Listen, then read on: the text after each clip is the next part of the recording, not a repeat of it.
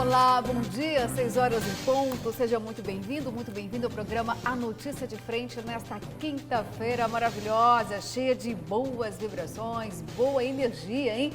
Final de semana já chegando aí, batendo a porta, hein? Bom dia, professora Haroldo Arruda. Quintou, Muito bem, Luciana quintou. Gavilha. Bom dia, Luciana Gavilha. Bom dia ao jornalista Kleber Lima. Bom dia, nossos queridos telespectadores. Uma excelente quinta-feira a todos.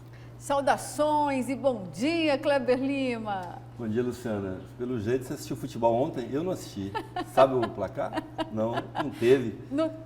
Bom dia, Haroldo. Bom dia. Domingo. Domingo tem. Domingo terá. Segunda-feira. Contra quem, Kleber? Veremos. Eu não sei, eu não sou um Santos, torcedor Kleber. assim muito assíduo, né? Ah, não é? Eu só quando comemoro. ganha, né? Eu comemoro.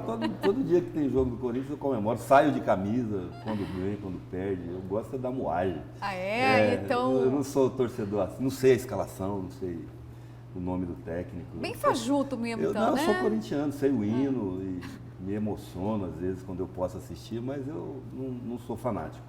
Bom dia a você que nos acompanha todos os dias aqui com a sua honrosa audiência. E vai, Corinthians! Olha, olha, então eu vou até quebrar o protocolo aqui, já vou deixar avisado para ti, viu? Quando o Corinthians fizer bonito, mas ó, muito bonito, eu até vou pedir para você então, só um pedacinho, tá? Do hino, tá? Do hino. Tá Só um pedacinho. Qual que é seu time, professor? São Paulo.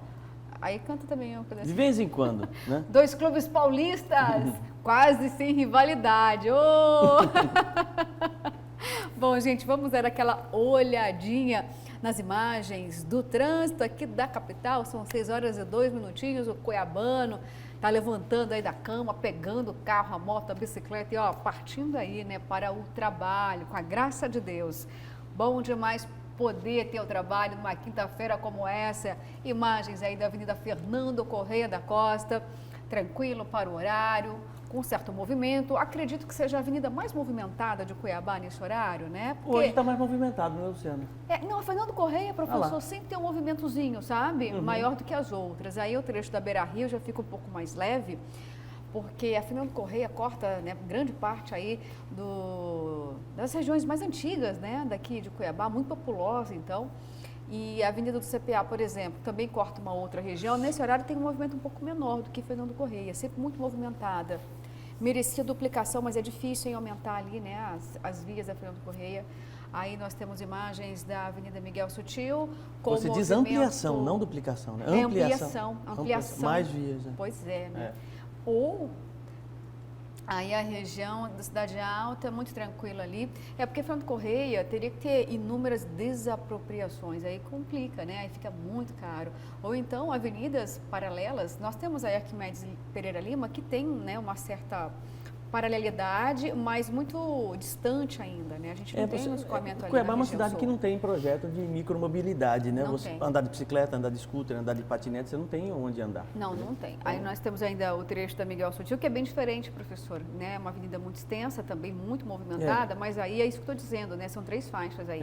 Então ajuda a dar mais celeridade ao trânsito, né? Sem dúvida. Muito mais rapidez. Agora, aquele movimento das 42 câmeras aí da CEMOB, outra parte aí da Miguel Sutil, bem pertinho ali da Ponte Nova. Aí parece que está meio escurinho ainda, os faróis dos veículos acesos, o movimento começa a ter um pouquinho mais aí de peso, mas muito tranquilo também. Avenida do CPA, olha aí, quase sem movimento em um sentido da pista, né? Agora o pessoal sai lá daquela grande região do CPA, passando aí para atravessar a cidade, né? E o movimento contrário fica um pouco bem mais tímido. Agora vamos para outra parte de Cuiabá, ver como está o trânsito nesta quinta-feira. Érico Preza com a Avenida das Torres. Olha, já está movimentando ali a Avenida das Torres. Acho que o Cuiabano levantou mais cedo nessa quinta. Será que é pressa para chegar ao final de semana logo, hein? Vamos levantar, vamos trabalhar e acabar logo a quinta-feira para a gente poder sextar, hein? Nós mostramos inúmeras imagens, né, do trânsito. Na segunda, terça estavam assim, né, o trânsito estava bem mais tranquilo. Hoje está um pouquinho mais movimentado aí para o horário. Outro trecho da capital, aí o céu já aparece bem cinzento, hein? O viaduto Juca do Guaraná, Esse céu aí tá meio diferente, não tá não? Tá. Meio cinzento, né? Essa névoa seca. Será aí, que é fumaça? parece fumaça. Parece fumaça. Será que temos alguma ocorrência? Tomara que não, hein? Mas esse céu aí realmente tá com muita fumaça. Bom, se for algo, nós vamos ainda noticiar no programa de hoje, se tivermos informações do que pode estar acontecendo. Tomara que não seja nada. Mais um girozinho por uma das 42 câmeras, bem pertinho aí Parece da que é rodoviária. fumaça mesmo, né? Essa imagem é muito bonita. Como, professor? Parece que é fumaça mesmo, você vê que tá meio nebuloso, né? Olha só aquele sol tentando sair. Vamos ter imagens belíssimas hoje, então, do amanhecer de Cuiabá. Olha aí o movimento mais pesado no trecho da Avenida Miguel Sutil, mas mesmo assim com muita tranquilidade. Bom, gente, já deu para sentir aí, né, que o trânsito, por enquanto, está bem leve. Ou se fosse você, pegava, ó, o seu veículo e ia trabalhar nesse momento para não ficar parado, não, porque daqui a pouquinho fica pesado que só.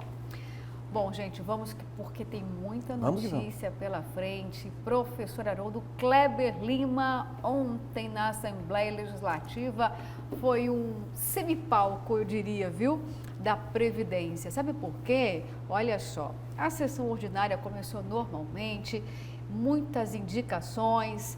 2 horas após a abertura da sessão, o deputado Paulo Araújo pediu até para ter inversão de pauta para que pudesse ter apreciação logo da Previdência. Só que aí a inversão não aconteceu, precisou encerrar uma sessão para começar outra e aí a Previdência chegou na casa e já trancou, viu? Porque o deputado Lúdio Cabral pediu vista.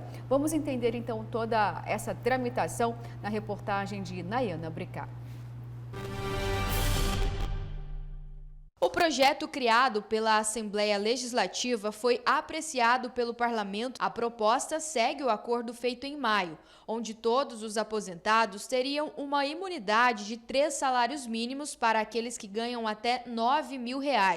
E aqueles com doenças incapacitantes teriam imunidade até o teto do INSS, cerca de R$ 6.400. Eu para você também. Pelo número grande de deputados, eu vou conceder 5 dias de vídeo. A proposta acordada com o governo não agradou todos os parlamentares.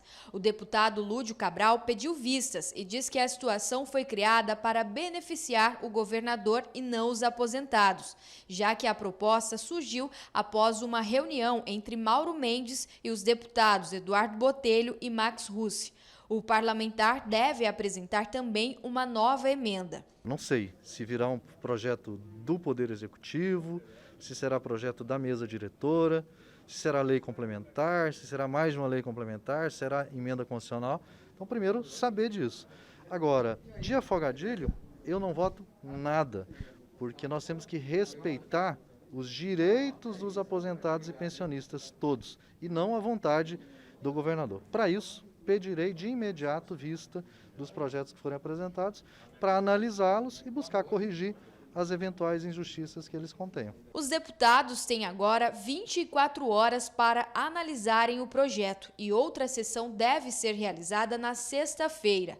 O objetivo é enviar o projeto para a sanção já na próxima semana. Tive uma negociação com o deputado Lúdio, ele pediu vista, vai pôr uma emenda e, em caso dela ser rejeitada na comissão, ele vai pedir destaque no plenário e tentar convencer os deputados a votar na emenda dele, mas caso rejeitado ele não vai mais pedir vista e nós vamos fazer todas as sessões, 2 ou 3 sessões na sexta e encerrar essa votação na sexta. Isso está acordado já com a oposição, então eu acredito que sexta-feira é um ponto final nisso aqui dentro da Assembleia. Essa proposta não é do governo, essa proposta ela partiu da Assembleia, essa negociação.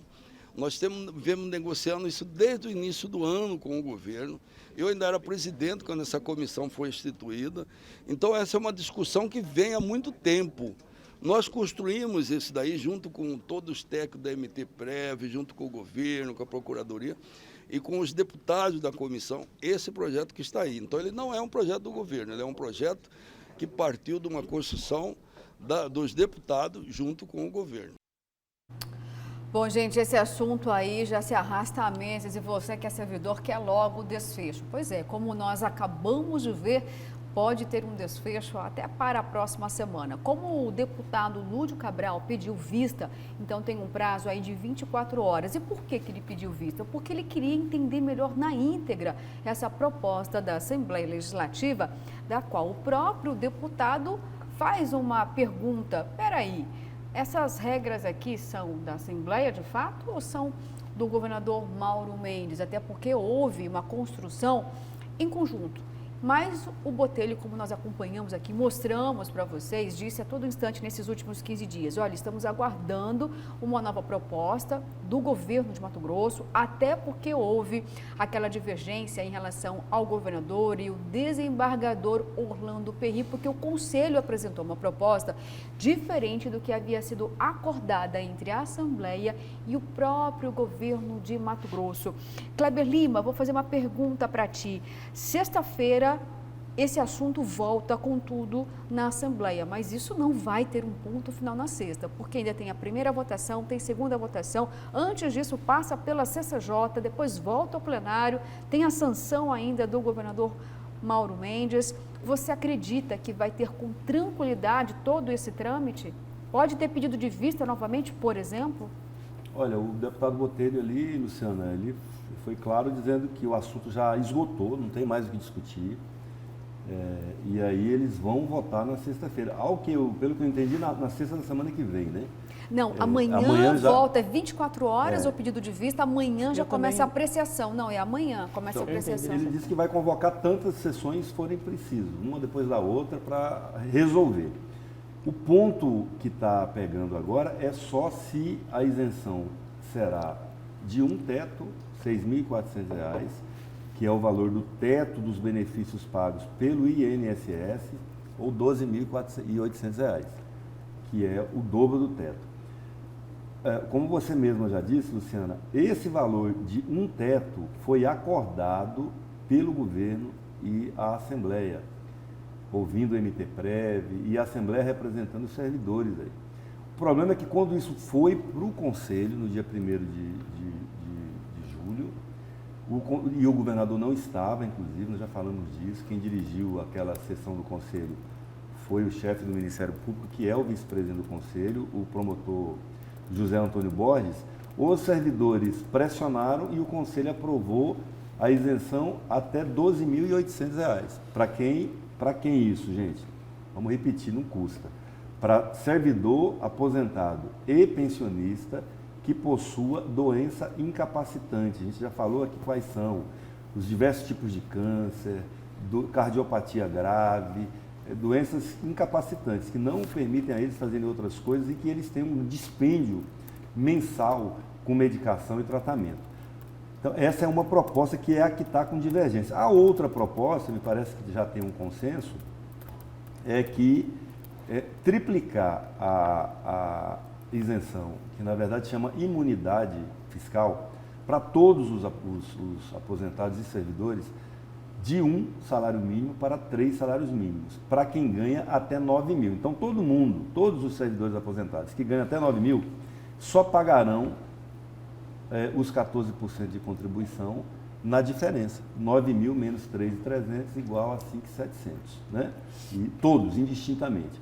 E o que volto a dizer que, depois de aprovado isso, nós vamos ter que entender como vai ser o comportamento jurídico do Conselho, porque não é a proposta do Conselho. Não é. E aí que é o que gerou a discussão entre o desembargador Perry e o governador naquele dia. Qual é a autonomia do Conselho? O Conselho ele é consultivo ou ele é deliberativo? Porque se ele é consultivo, nós poderemos ter problema aí, inclusive, de renúncias coletivas de diversos segmentos desse Conselho. Olha, respondendo ao que você trouxe aí de questionamento, já vou até antecipar aqui, professor, até porque o senhor tenha conhecimento também, a divergência vai ser exatamente isso, sobre um teto ou 2 tetos, o dobro do teto. Por quê? O deputado Lúdio Cabral vai apresentar uma emenda. Talvez seja o único parlamentar que vai apresentar a emenda. E qual deve ser a emenda do deputado? Exatamente essa, Kleber. Porque ele não concorda com o fato de que, se o Conselho já deliberou que é possível dar isenção para quem ganha até o dobro do teto, por que a Assembleia apresenta algo diferente do que já havia sido definido pelo próprio Conselho. E aí o deputado disse que seria inconstitucional, professor, não conceder essa isenção para quem ganha até o dobro do teto. Mas aí o deputado Eduardo Botelho já disse o seguinte: essa emenda não vai passar. E já está acordado. O governador vai sancionar exatamente como está aqui no papel que será apresentado na Assembleia. Aí eu pergunto para o senhor, então prevaleceu o desejo, a vontade, a técnica, o trabalho que o Conselho fez, então, não tem validade, vai prevalecer aquilo que o governador queria? A decisão dos deputados pode ocorrer, né, no sentido de realmente atropelar o que o Conselho decidiu, né? Tanto é que essa emenda, essa suspensão, esse pedido de vistas por parte do deputado Lúdio Cabral, eu particularmente acho extremamente prudencial, porque o teor desse pedido é justamente para evitar distorções ou perdas, sobretudo para aposentados e pensionistas. Ele pede para encaixar uma emenda para poder realmente estudar profundamente o caso e entender para que os aposentados e pensionistas não percam com uma decisão que pode ter repercussão negativa ou pode ter consequências drásticas ao longo de um processo e de um tema altamente polêmico, que é a questão dos aposentados. Mas o que me deixa mais desconfortável nisso tudo apesar de concordar com essa suspensão desse pedido de vistas, porque é prudencial, né, é inteligente por parte do deputado, a demora nesse processo todo, considerando que esse projeto da Previdência, ele para mim sempre foi prioridade zero, né? Deveria ter sido analisado exaustivamente, foi analisado desde o início de janeiro, mas não foi votado, poderia ter sido votado muito antes, né? E a gente torce para que realmente a decisão, seja ela qual for, seja justa ao ponto de atender realmente todos os direitos aí dos aposentados e pensionistas. É isso. Exatamente. Os servidores estavam lá ontem na galeria da Assembleia Legislativa cobrando os direitos. Foi um momento assim um pouco acalorado, mas a entrada dessa pauta ontem na ordem do dia foi algo assim relâmpago. Demorou tanto para entrar e quando mal entrou já houve o pedido de vista, justamente, né, porque os deputados precisam fazer uma avaliação melhor, porque quem estava dominando isso era o presidente da Assembleia, o presidente da Assembleia, Max Russi, e o primeiro secretário, Eduardo Botelho. Luciana, aí é uma pergunta que eu lhe faço e faço para o Kleber Lima, que pode nos ajudar nesse sentido. Uma vez que ele apresente essa emenda, e essa emenda é recusada dentro da própria Assembleia Legislativa, ele já se posicionou dizendo que ele não vai recorrer, que ele não vai brigar por isso, né? Como é que funciona isso? Se a emenda é derrubada, ela não tem poder nenhum, vai o projeto segue original. O rito para onde? A derrubada de uma emenda nem trava a pauta, certo, Kleber? Não. Se os deputados rejeitaram aquela emenda, então isso quer dizer que a maioria não quer, apenas um ou dois, e aí tem que ter aprova a emenda ou não aprova a emenda. Ok, aí Se segue para a votação. Segue para a votação, e aí quem é o instrumento? Qual é o instrumento que vai dizer, olha, esse projeto, ele é constitucional. É a CCJ? Passa pela CCJ. Por exemplo, o que eu quero dizer, Kleber Lima, nos ajude aqui. Como o deputado Lúdio Cabral disse, olha, é inconstitucional não dar isenção sobre o dobro do teto. Aí ele chama Constituição Federal. Aí vai caber o quê? A CCJ decidir se de fato é constitucional ou não. É isso? Em tese é isso, mas o argumento dele não se sustenta, porque esse pagamento foi suspenso exatamente porque a Assembleia aprovou uma emenda constitucional aqui, estadual, aderindo a uma reforma constitucional federal. Nós já explicamos isso.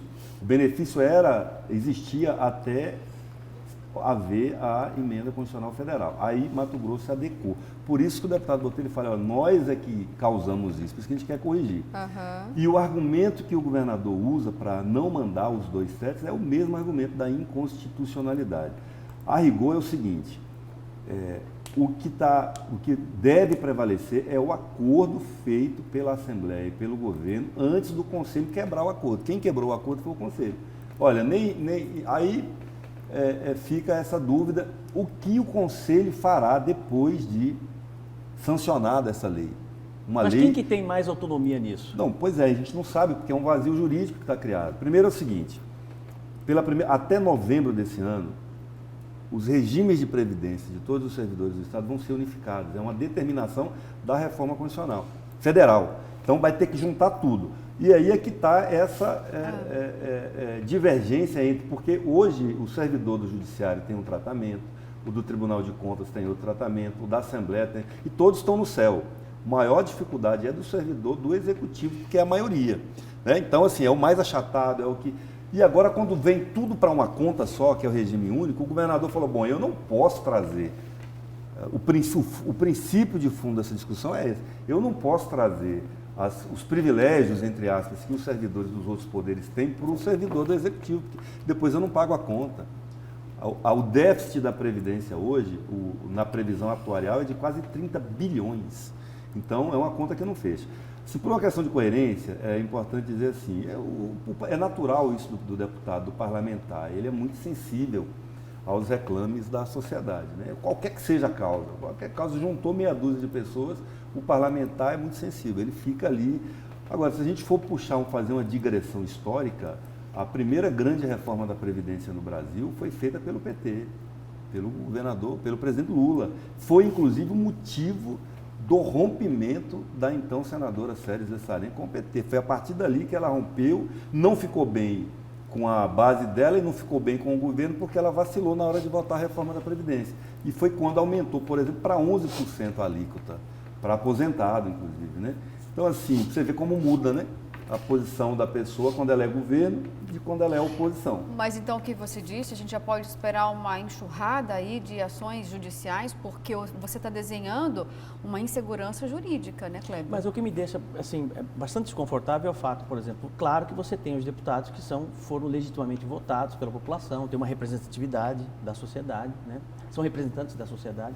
Só que do outro lado você tem um conselho também que é muito importante, que você tem inúmeros representantes ali.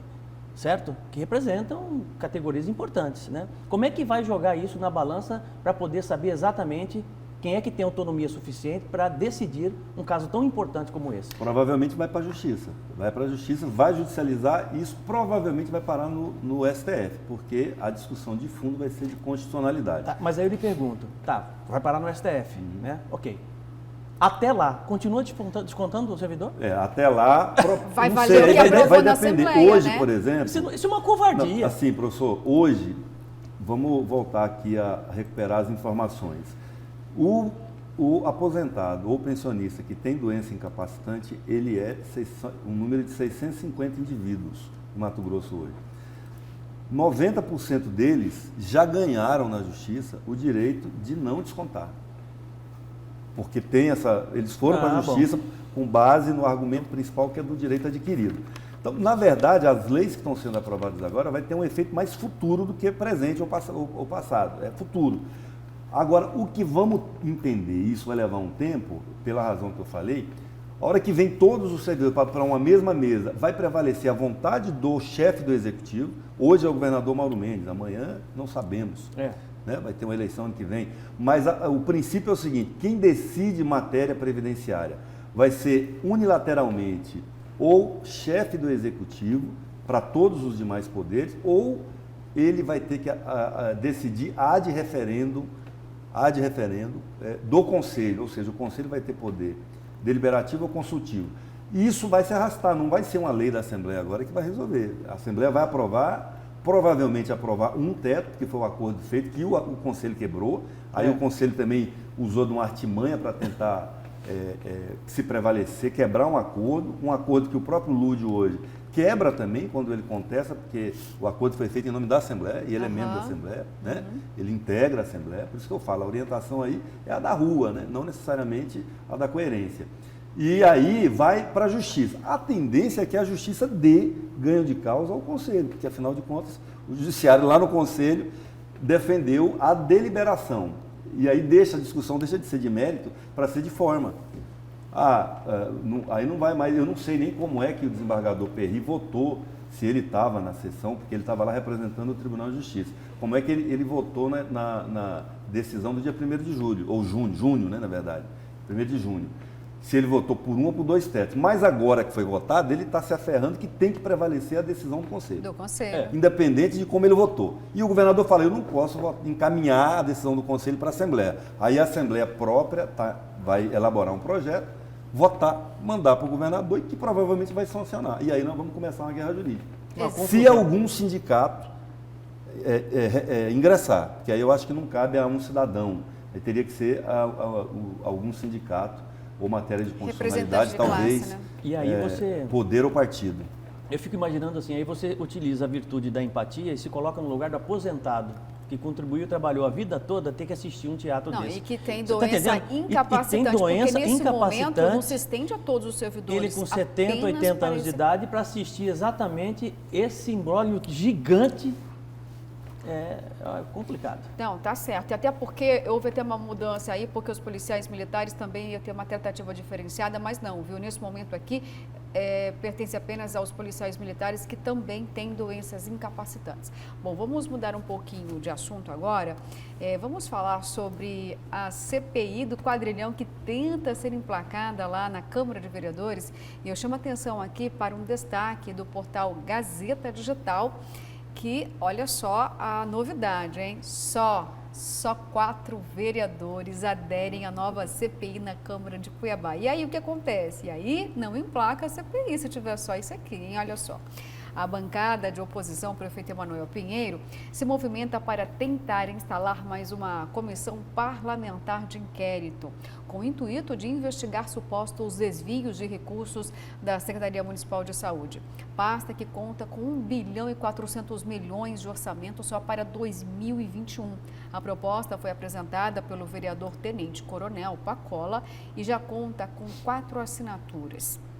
De acordo com o requerimento, a comissão é denominada de CPI do Quadrilhão. As assinaturas, gente, eu vou descer um pouquinho mais aqui, que tem do vereador Dilemário Alencar, também da vereadora Michele Alencar e Diego Guimarães.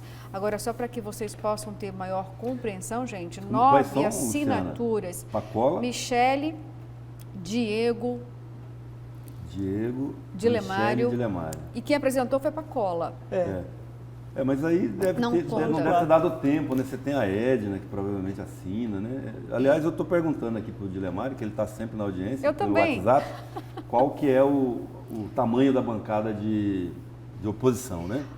São pouquíssimos. A gente tem uma boa audiência entre os vereadores. Quem estiver nos assistindo aí, podia dar essa informação. Ou a gente abre também, tem um exercício bom aqui, se a técnica conseguir, abre o site da Câmara, mostra as 24 fotinhas lá, que nós vamos aqui classificar agora, um por um. Opa. Igual aqueles outdoor, né? Os inimigos votaram contra, né? Esses votaram contra. Mas A gente classifica ali. Essa é a oposição, essa é a situação. Mas aí, são muito poucos. Coluna do meio. Aí esse está indefinido, né? Olha, até onde eu fui informada, Kleber, extraoficialmente, né?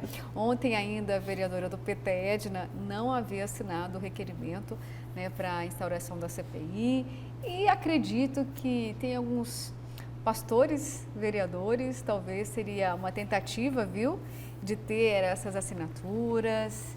Tem médico também lá na Câmara de Vereadores, que seria, né, importante ter a presença de um médico, né, na assinatura aí, afinal de contas, conhece toda a fragilidade do sistema de saúde. Eu acho que médico olha só aí, o... olha aí, Kleber, atendendo o seu pedido. E a maioria aí não vai assinar, o primeiro não, lá hein? da direita para a esquerda, de cima para baixo. É o primeiro que não assina. É o primeiro que não assina. Eu vou botar aqui, situação e oposição. Situação, coluna, oposição. Então, a Devaí governo. Governo. O Cezinha, acho que já é governo também. Ele era oposição, já virou. Chico 2000, eu estou pela foto aqui, tá? Governo. O Demilson, governo. Quem é aquele lá? Diolindo? É o Dídimo, vovô. Dídimo. É o Dídimo, vovô. Dídimo, acho que é governo também, pelo menos nunca vi criticando. Diego, primeiro da oposição. Já assinou. Dilemário, já assinou. Oposição. Luiz Fernando, governo. O Luiz Fernando é médico, não é? Então, pois Edna. A Edna, que a... Oposição. Está no meio. Eduardo... Magalhães. Esse eu não sei. Vou botar a coluna do meio aqui. botar uma coluna do meio. Põe indefinido É coluna aí. do Quem meio, tem a querido. chance de assinar, Juca, né? governo. O Juca do Guaraná. Esse não, não jamais. acredito. Imagina. Imagina. Aquele Cássio, Cássio Coelho. também o governo. Agora o Lilo, presidente da Lilo CPI dos é medicamentos. mais do que situação, é parente, primo né? do prefeito. Não vai assinar. O Macrian, esse sempre é governo, não interessa qual é o prefeito. Marcos Brito, que é o relator da CPI dos medicamentos, Governo. não deve assinar de Foi jeito secretário, nenhum. né? Exatamente. O MA ali, a Maria Valana é suplente, mas a suplente está na vaga de um governista, então se comporta como governo. Michele que já, oposição. exatamente. Do lado dela, pastor. Aí, olha, Jefferson. aposto no pastor. Será que o pastor pode assinar o requerimento? Não, Vamos colocar aí duvido. uma Que assinasse não dá possibilidade. maioria, né? Duvido. Vou botar ele aqui no situação. Aí embaixo, do lado do Nadaf ali, quem que é aquele? É o Paulo Henrique. Paulo Henrique. Também, na verdade, eu não conheço a maioria, mas vamos botar ele aqui no governo. Nadaf, Não governo. assina. Nadaf não assina. É governo, é vice-líder ou líder, né? Exato. Rodrigo, Arruda. governo. Aí o sargento Joelson, como é que está o sargento Joelson? E o sargento? Na CPI, ele votou, na outra ele votou com oposição, né? Exatamente. O sargento Vidal, Não sei. Não da sei se causa é o animal, né? Então vamos botar ele aqui na coluna do meio também. E o Tenente Pacola na oposição. Coronel, que já apresentou. Ó, desce mais? E o nosso Quero. querido Quero. E aí? Quero botar na coluna do meio também. Faz porque a conta Ele aí. é pontual. Aqui deu 6 oposição. Não chega. Não chega. De jeito nenhum. Que triste. Se a conta estiver errada, a gente fez um exercício assim. A gente né? fez uma Aleatório. uma então, avaliação se tiver aqui. aí o- Eu gostaria que tivéssemos surpresas, viu? Queria vereador. que alguém, um vereador amanhã dissesse assim pra mim: pô, Luciana, você falou que eu não ia assinar aqui, ó. Eu assinei. Eu queria. Será que a gente pode contar com isso? Difícil, né? Difícil, professor. Difícil. Tem um longo traçado aí de vereadores, boa parte dos vereadores que são governistas, e que tem um lastro de apego, né? De dependência política com o governo, com o atual prefeito, que é gigante. Não é essa a postura que a gente gostaria, né, de Não, uma Casa de de forma Leis de alguma. forma alguma, porque a Casa de Leis tem o papel de fiscalizar, é o principal papel da Câmara de Vereadores e principalmente quando o assunto é saúde, é muito delicado, deveria realmente ter uma resposta mais efetiva aí para a população que fica lá, olha, implorando por um medicamento, por um exame, por uma consulta, por cirurgia. Olha, é um desespero para aquele mais pobre quando precisa do Sistema Único de Saúde e não encontra aquilo que é necessário, Kleber Lima. A situação da saúde em Cuiabá, de fato, está merecendo um olhar mais crítico, né, mais rigoroso, mas já está, né, passando por a peneira aí dos outros organismos da Justiça, da Polícia Federal, da Polícia Civil, e aí eles vão fechar os seus inquéritos, encaminhar isso ao Ministério Público. Eu, sinceramente, acredito que essas instituições têm mais independência e mais técnica e mais rigor na investigação do que uma CPI, que é o julgamento sempre político, né? Por mais técnica que seja, uma CPI, na Câmara, na Assembleia ou no Congresso Nacional, ela faz um julgamento político. Ali a correlação de forças é que vai decidir o resultado final. Às vezes você faz um belíssimo trabalho, tecnicamente, levantando informações, mas chega no plenário, é derrubado. Aí acabou, ali é uma casa política. Então, o melhor que ela pode fazer depois é pegar aquela documentação e encaminhar para a Justiça, que é onde as coisas se definem de verdade. Tá certo. Vamos agora às mensagens dos nossos queridos telespectadores. E você já sabe, viu? O WhatsApp fica aí na tela o tempo todo para você ter aquele bate-papo gostoso conosco. Vamos começar então, dar início, né? Algumas mensagens. Bom dia, bancada. Onde está a riqueza deste Estado, hein? Olha, essa pergunta aqui é por conta da Previdência. Quando a gente falou aqui que tem um rombo aí e o governador não pode atender o clamor. Do nome dele. Chum-chum. Chum-chum. Chum-chum de Várzea Grande. Bom dia. Perigoso esse peixe. Não dá nada por ele. Pequenininho, né? Pisar Já nele, falamos dele era. aqui, você falou mesmo. Bom dia, bancada linda. A aposentadoria era uma festa, hoje é castigo. Olha só que audiência mais qualificada, gente. Pet, é nos assistindo, viu? assim Olha como que Dona coisa Tese. mais É um maravilhosa. programa bom para cachorro. Demais de bom, gente. Adoro, viu? Manda assim a sua foto, seu café da manhã. Você aí na cama assistindo o programa, bom demais. Bom dia, Luciana Kleber, professor Haroldo. Se eu pago a Previdência para eu receber a aposentadoria, se já aposentei, por que contribuir novamente? Para quê? E aí? Excelente pergunta, né? Chupa essa manga. Isso aí. É porque tem déficit, né? Porque não está dando conta. Exato. Assim, e são problemas bons, né? É um problema que surge por uma situação boa, porque a expectativa de vida das pessoas está aumentando. Na Europa já a pessoa não está mais aposentando está aposentando com 70. Porque a conta que se faz é o seguinte, você pode aposentar quando a expectativa média de vida é de 10 anos só. Né? Então, como lá a expectativa já está em 80, as pessoas só estão se aposentando aos 70. Daqui a poucos anos, nós vamos estar com a expectativa de 90, só vai aposentar aos 80, né? Porque a pessoa, em tese, tem ainda energia, saúde para ser produtiva. Só que quem já está aposentado, e em alguns casos é muito... você tem, por exemplo, é um assunto assim, complicado, mas assim, algumas categorias, como da segurança pública, na Polícia Militar tem gente que pode se aposentar com menos de 40 anos. Verdade. Com um salário altíssimo, 40 mil reais. E aí é o seguinte, ele aposenta e vai para o mercado trabalhar com outra coisa, monta uma empresa, não sei o quê, e quem paga isso hoje não é só quem já está aposentado, que deveria ser do fundo da Previdência. Quem paga isso é todo mundo, é o contribuinte, eu, você, todo mundo que está, porque tem déficit, não dá conta.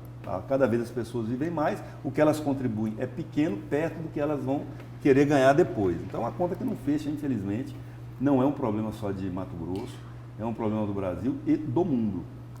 Ótimo, agora eu vou para mais uma mensagem, aí a gente vai para o comercial, viu? Olha só, bom dia bancada, infelizmente a Casa dos Horrores não terá a CPI do quadrilhão. Só o governo paralelo pune seus pares, seu Ivan lá do Cochupó. Obrigada, Ivan, pela sua participação aqui conosco, viu? Aí o nosso telespectador já tendo aí uma avaliação, um resultado, viu, da CPI. Tomara que não, tomara que tenhamos uma surpresa aqui, vamos ser otimistas, né? Olha só, vamos para um rápido intervalo, daqui a pouquinho voltamos, viu?